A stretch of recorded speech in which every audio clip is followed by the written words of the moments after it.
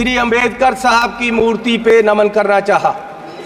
मैं वहां गया तो वहां मूर्ति नहीं है, वहां से उठाकर पीछे कर दी गई कहीं। लेकिन ये लोग समझ ले कि ये मूर्ति पीछे कर सकते हैं अंबेडकर साहब की, उनकी सोच पीछे नहीं कर सकते, ये उनकी सोच को मार नहीं सकते। कहां है प्राइम मिनिस्टर, कहां है होम मिनिस्टर, माननीय कहां है हमारे वित्त मंत्री? ये सिंसियरिटी है, देश पूछ रहा है। ऐसा चाहूं राज में जहां मिले सभी को अन्न, छोट बड़ो सब सम बसे, रविदास रहे प्रसन्न। इमरजेंसी ये भी है कि देश का एक राज्य मणिपुर पिछले 1.5 साल से जल रहा है और उसको अपने हाल पे छोड़ दिया गया है। इमरजेंसी ये भी है, इमरजेंसी ये भी है कि हाथरस यूपी में एक दलित लड़की को आधी रात में जबरन अंतिम संस्कार किया गया। इमरजेंसी ये भी है कि मध्य प्रदेश में दलित व्यक्ति को के सिर पर मुंह पर पेशाब कर दिया गया। इमरजेंसी ये भी है, इमरजेंसी ये भी है कि अपनी इज्जत के लिए धरना दे रही महिलाओं पहलवानों को प्रदर्शन में प्रोपोगंडा बताया गया।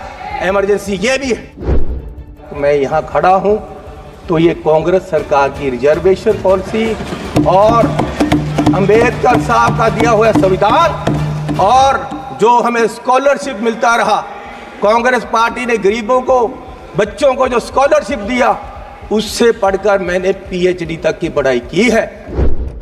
फर्स्ट क्लास से लेकर 8th क्लास तक के स्कॉलरशिप जो गरीब लोगों के बच्चों को मिलते थे वो बंद कर दिए गए हैं इस सरकार द्वारा। ये भी इमरजेंसी, ये दलितों के पेट पर लात मार रहे हैं। मैं आज कहता हूं कि आज देश का रुपया कमजोर हो रहा है, आज देश की इकोनॉमी डूब रही है।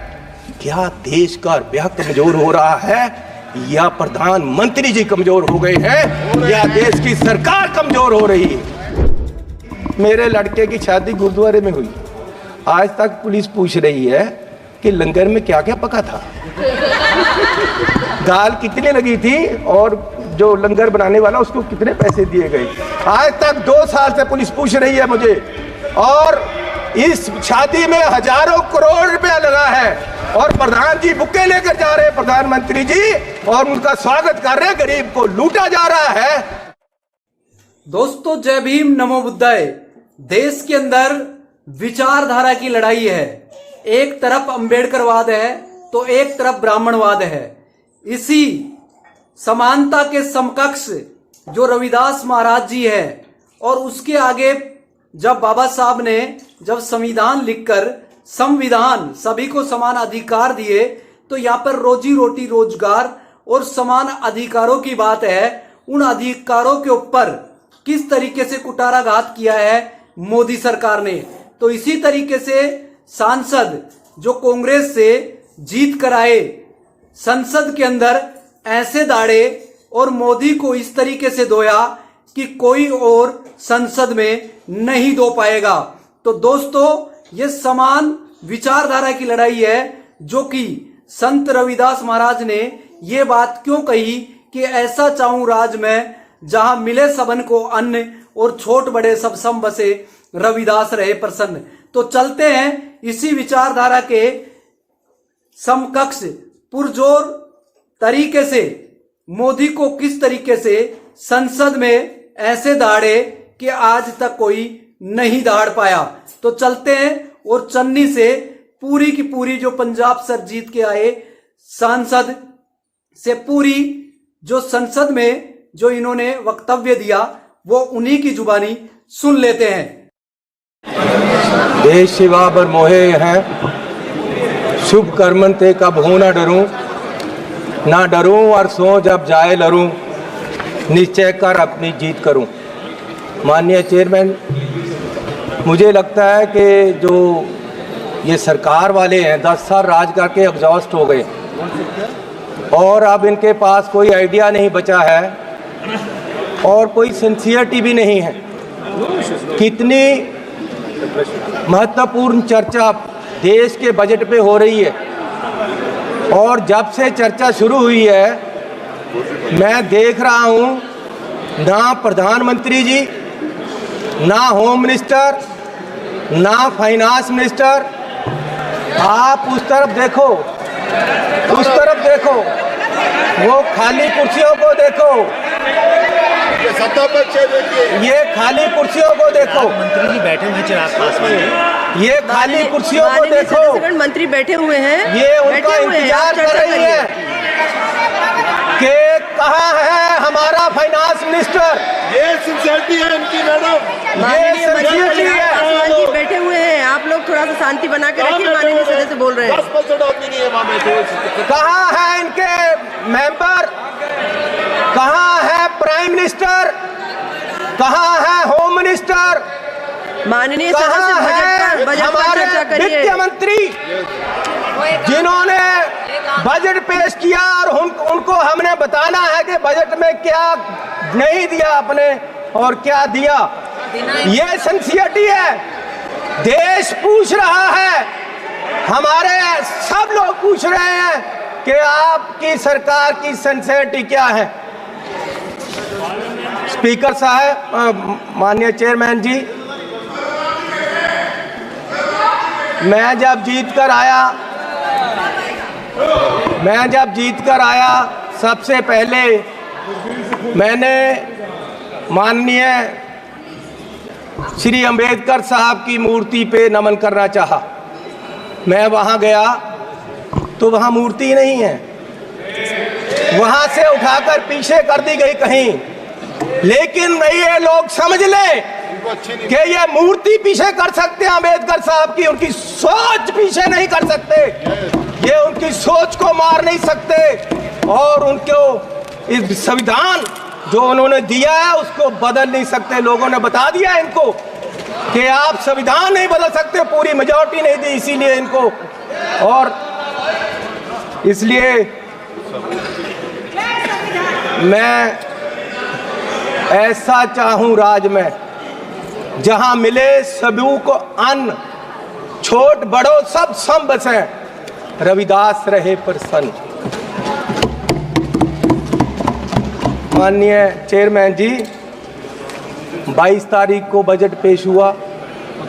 मुझे बड़ी खुशी थी कि बजट में जा रहे हैं। पहली बार आया हूं सदन में।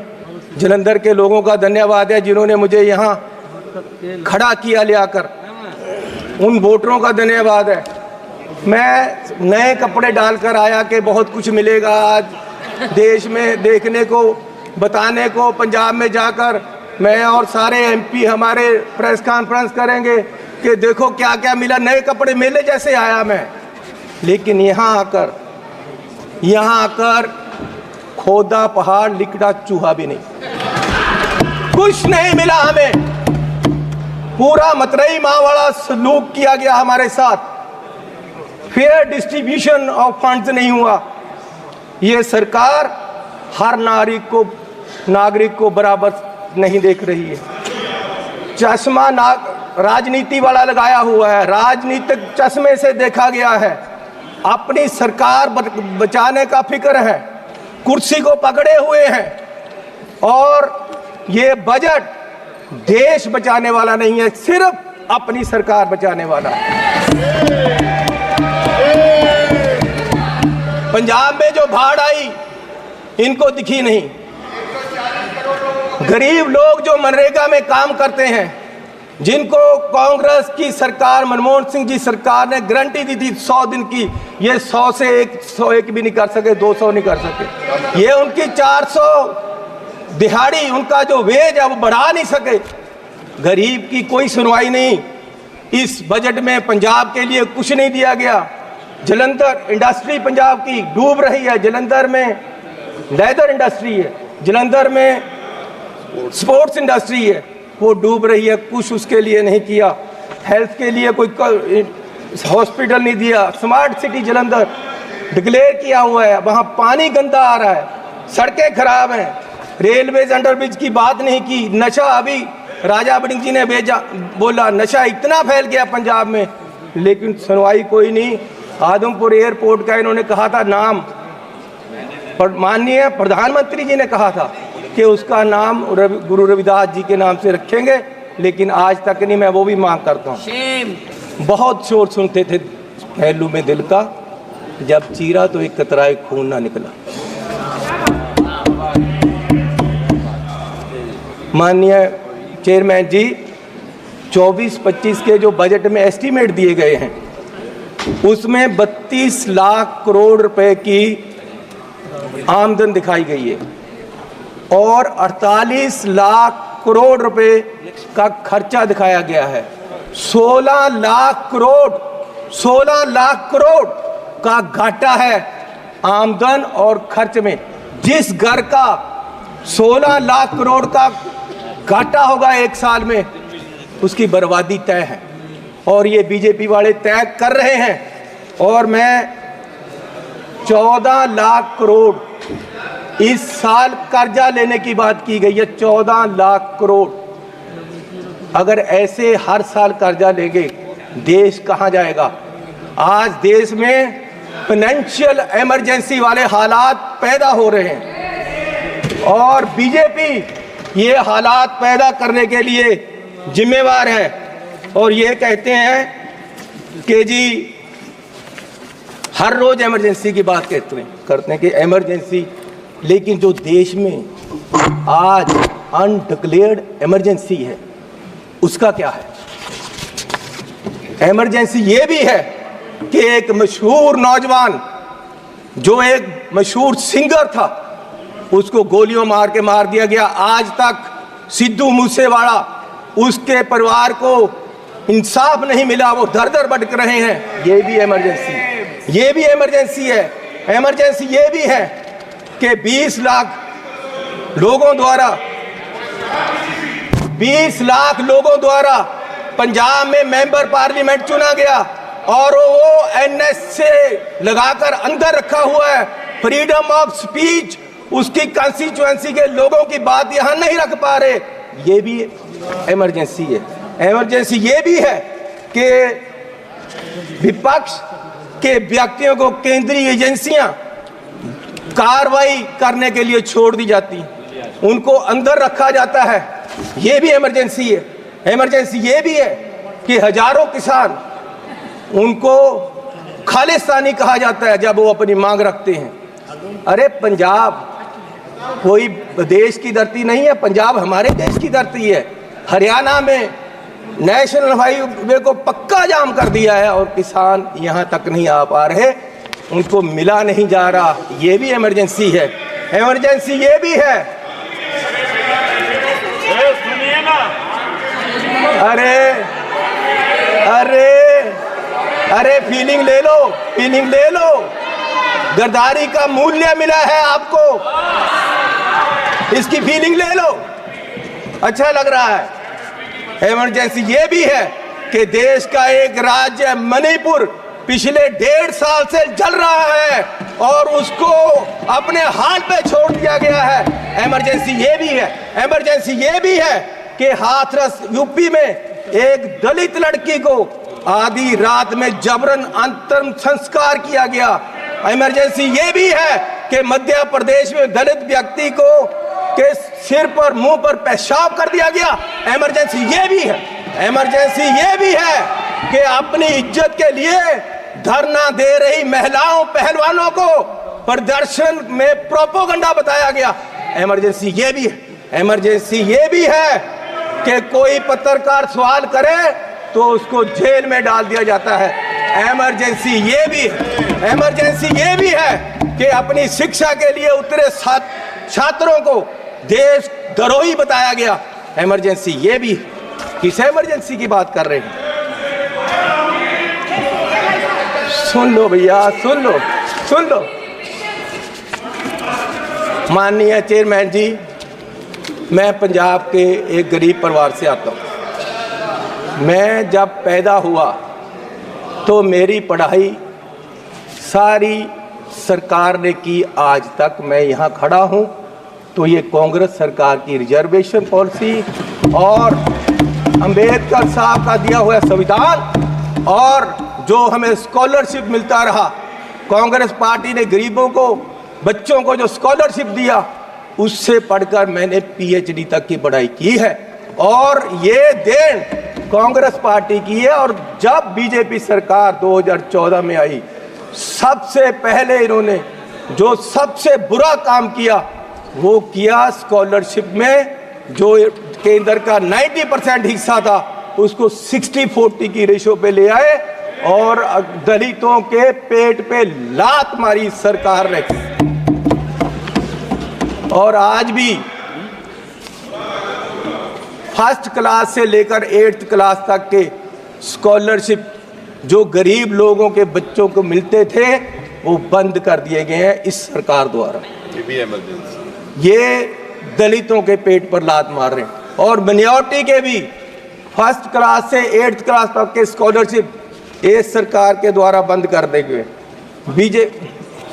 जब ये सरकार बनी 2014 में, तो प्रधानमंत्री जी ने 2 मापदंड देश के सामने देश की इकोनॉमी को देखने के लिए रखे। एक रखा डॉलर की कीमत, दूसरा रखा पेट्रोल और डीजल की कीमत। और मैं आपको माननीय चेयरमैन जी ये बताना चाहता हूं कि पिछले 10 साल में डॉलर की कीमत 25 रुपये बढ़ गई है 10 साल में।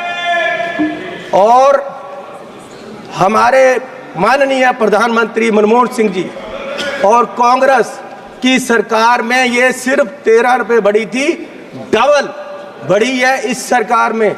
और मोदी जी उस समय बोले थे 14 में, जब सरकार बनी नहीं थी, डॉलर की कीमत ज़्यादा होने से जो रुपया गिरा उसके बारे में मोदी जी ने उस समय बोला था क्या कारण है कि देश का रुपया पतला होता जा रहा है, ये जवाब देना होगा आपको। देश जवाब मांग रहा है, समझ नहीं आ रहा प्रधानमंत्री जी गिर रहे हैं या रुपया गिर रहा है।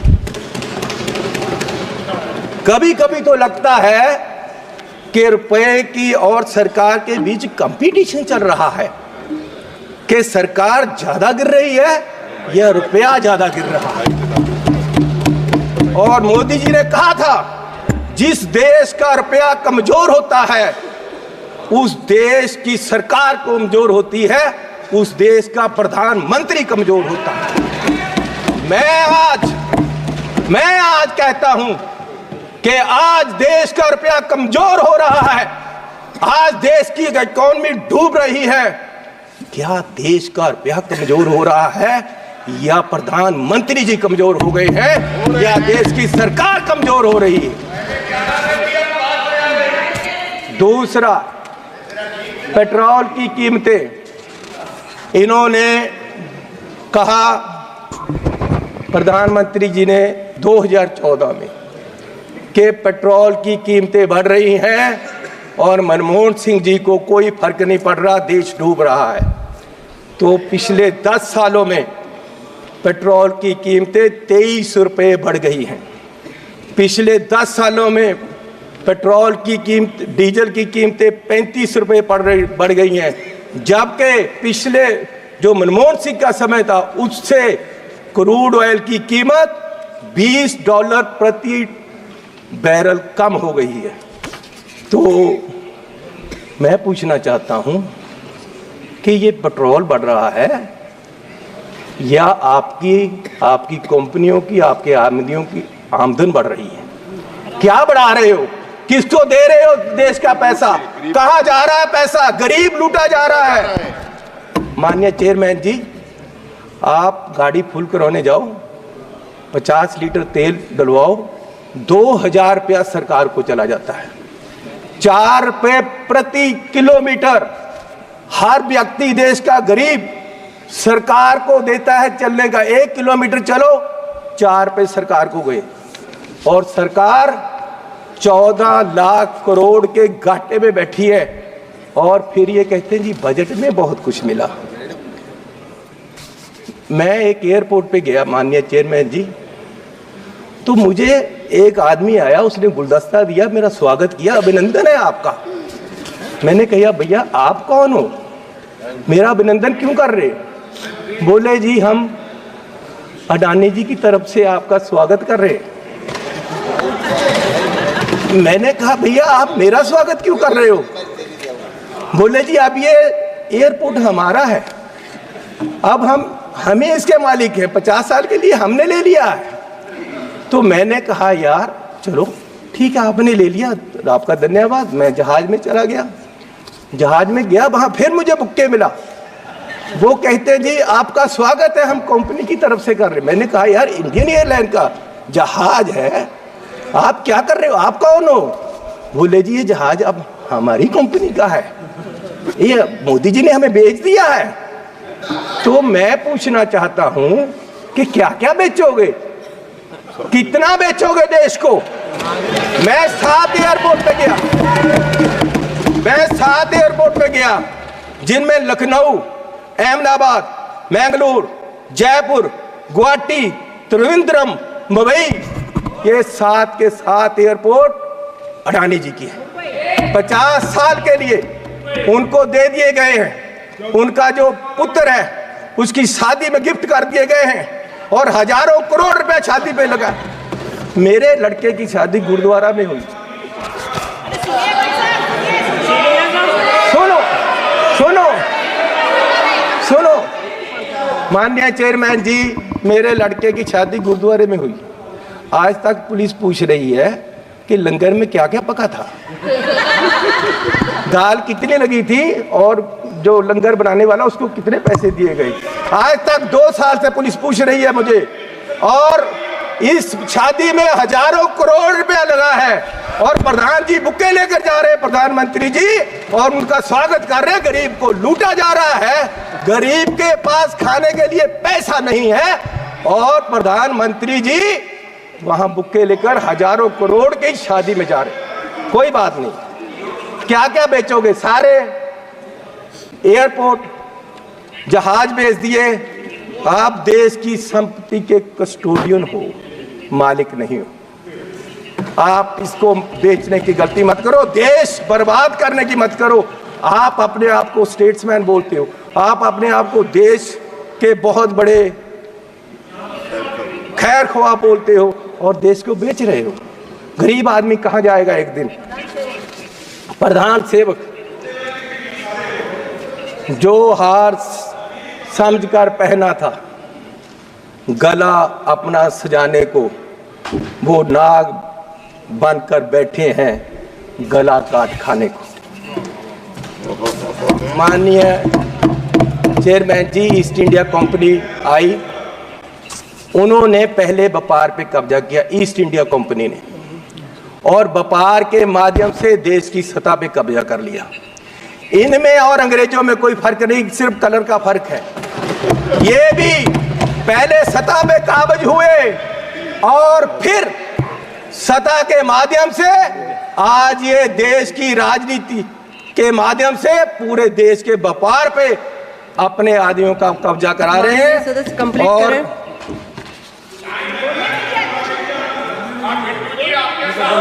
मैं बस एक बात करके बोलिए माननीय चेयरमैन जी, कोई बात नहीं, बैठ जाओ जी, बैठ जाओ। बिट्टू जी, आपके पिताजी शहीद हुए थे, माननीय सदस्य, लेकिन मैं आपको कह दूं वो उस दिन नहीं मरे थे, वो उस दिन मरे जिस दिन आपने कांग्रेस को छोड़ा।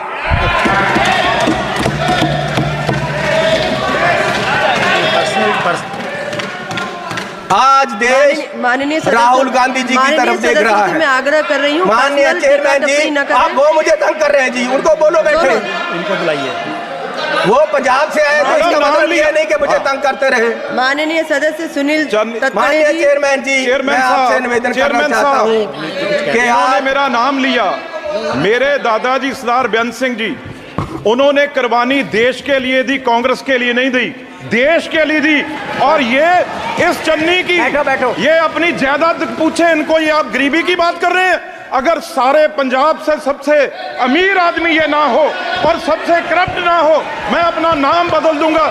हजारों करोड़ का मालिक ये चरणजीत चन्नी है। और ये गोरा किसको कह रहे मैं हैं? माननीय सदस्य से सोनिया आग्रह गांधी कर जी रही हूँ, वो व्यक्तिगत कहाँ के हैं कोई ये भी पहले विषय ना बताएं। रखें। भाई सोनिया गांधी जी कहाँ के माननीय हैं? ये सबसे मीटू में, ये सारे केसों में ये सबसे करप्ट ये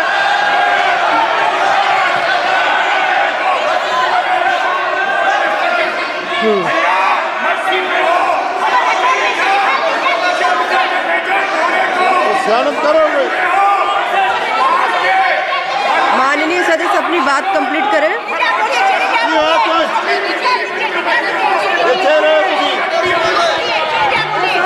मैं बोलूंगा, सही पार्टी में रहे। माननीय चेयरमैन जी, आपका धन्यवाद। माननीय चेयरमैन जी बैठो राजा। अरे बोलूंगा। उसको बिठाओ, अपने आदमी बिठाओ। माननीय चेयरमैन जी, मैं लास्ट बात करके बैठ जाना है और मैं सिर्फ ये बात करना चाहता हूं कि आज, अरे सुनो भैया,